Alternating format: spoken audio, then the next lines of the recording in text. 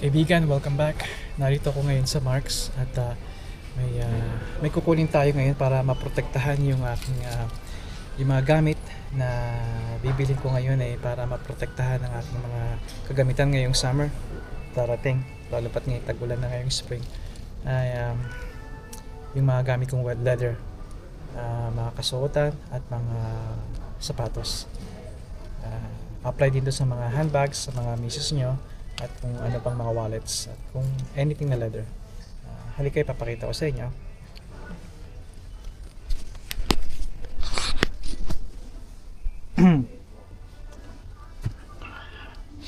uh, Hello? Yeah, almost. Yeah, I'm done. Sa Marks. Love you. Okay, parating na si Mrs. T. Nandito na naman kami sa Hillcrest Mall Ngayon, itong aking sapatos, nakita ninyo, ito ay Timberland leather. At kailangan ko maprotektahan to at malinis, maprotektahan at mapanatiling malambot siya at protektado. Para gawin ko yon, gagamitin ako. Meron ako mga panlinis sa bahay na mga pang-care ng mga leather, pero gusto kong subukan dito. I think may mas maganda pa rito, pero hey, it's made in Canada. Gusto kong bigyan to ng tsansa, ng pagkakataon, dahil lahat ito ay made in Canada. Bihira yun sa mga tindahan, even dito sa Marks. Sa dress shoes ko, we'll see, pero meron ako iba pa. Pero ito nga, gagawin natin isang brand, Duracare, para sa mga itim na sapatos. May dress shoes ako, yung pinakita ko na sa aking mga videos. Importante yun sa akin, mahalaga, at puno ng memories. Kaya siya. Ito namang Dabin at mink oil. Kukunin ko to. Pareho sila na okay, at hindi nyo kailangan pareho, pero kukunin ko itong dalawa dahil most likely itong gagamitin kong Dabin dito sa aking mga work boots. At itong mink oil, we'll see, maaaring sa mga gloves ko, maybe Dabin na rin yun, pero ito more like sa mga hindi masyadong exposed sa mga elements. Katulad nga, pwede ito sa mga handbag ng misis nyo at yung mga panglabas ninyo, mga leather na mga jackets. Pero lagi nyo itetestingin ito, huwag nyo apply all together, all at once. Test nyo muna sakali bang may reaction siya o tulad ng pagbabago ng kulay, ganun. Pero natural to, kaya kagandahan nito, importante na natural ang kukunin ninyo, iwasan ninyo yung mga spray. Speaking of spray, ito naman ay kukunin ko. I think this will be good too. Ito sa mga suede. May suede ako na napakita ko sa inyo kailan lang. Gusto kong protektahan yun. I said na iwasan yung spray, pero sa mga ingredients ito, it's meant for suede at leathers, kaya this will waterproof my vest at iba pang mga even bota rin. Kaya itong apat na to gusto kong kunin, kaya again, I believe mas marami pang mga produkto doon na maayos, na mas magaling, like Avenaf is very popular. Rekomendado ko rin yun. Pero I wanna give this a try, especially made in Canada. Anything made in Canada and USA, I'm interesado talaga ako.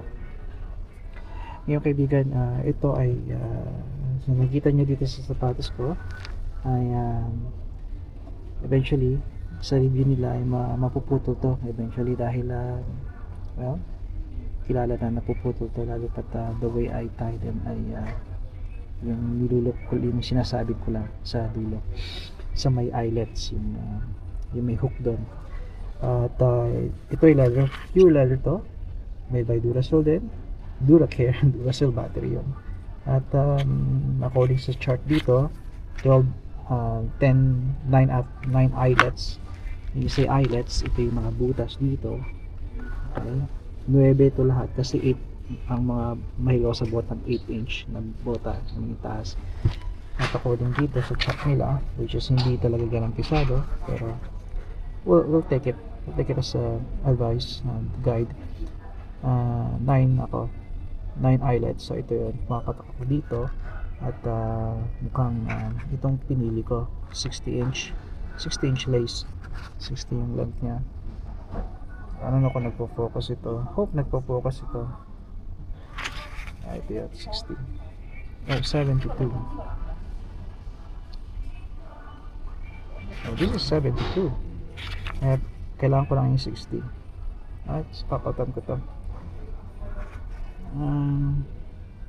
60 inch lang kailangan ito. 72. Tingnan natin dito. I hope meron silang 72. 60 inch. Nope, wala silang 60 inch. Paano yan?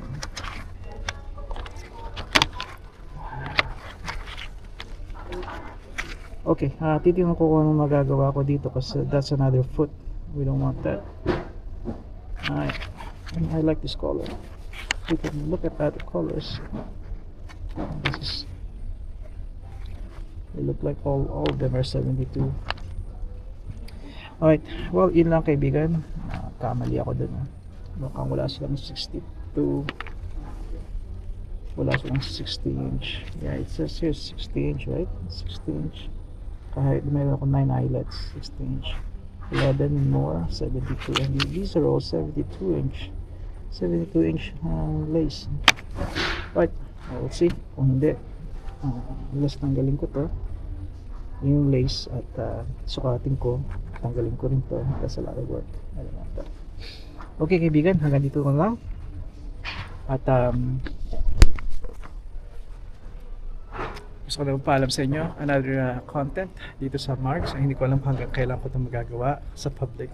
Eventually I will end up sa loob ng aking garahe at sa aking loob ng aking 92 Chevy Caprice. Doon ako magkikwento sa inyo, mag-show ng mga product, at sa paligid ng aming bahay kung saan papakita ko sa inyo mga nakukuha ko at mga kagamitan ko, mga tools, mga kagamitan na I think makakatulong sa inyo makapag-decide sa mga desisyon nyo sa pagbili nyo at paghahanap ng mga bagay tulad nga ng tools at ng mga kasuotan. I think gusto kong gawin nyo sa aking channel. Kaibigan, hanggang dito na lang muna at padayon.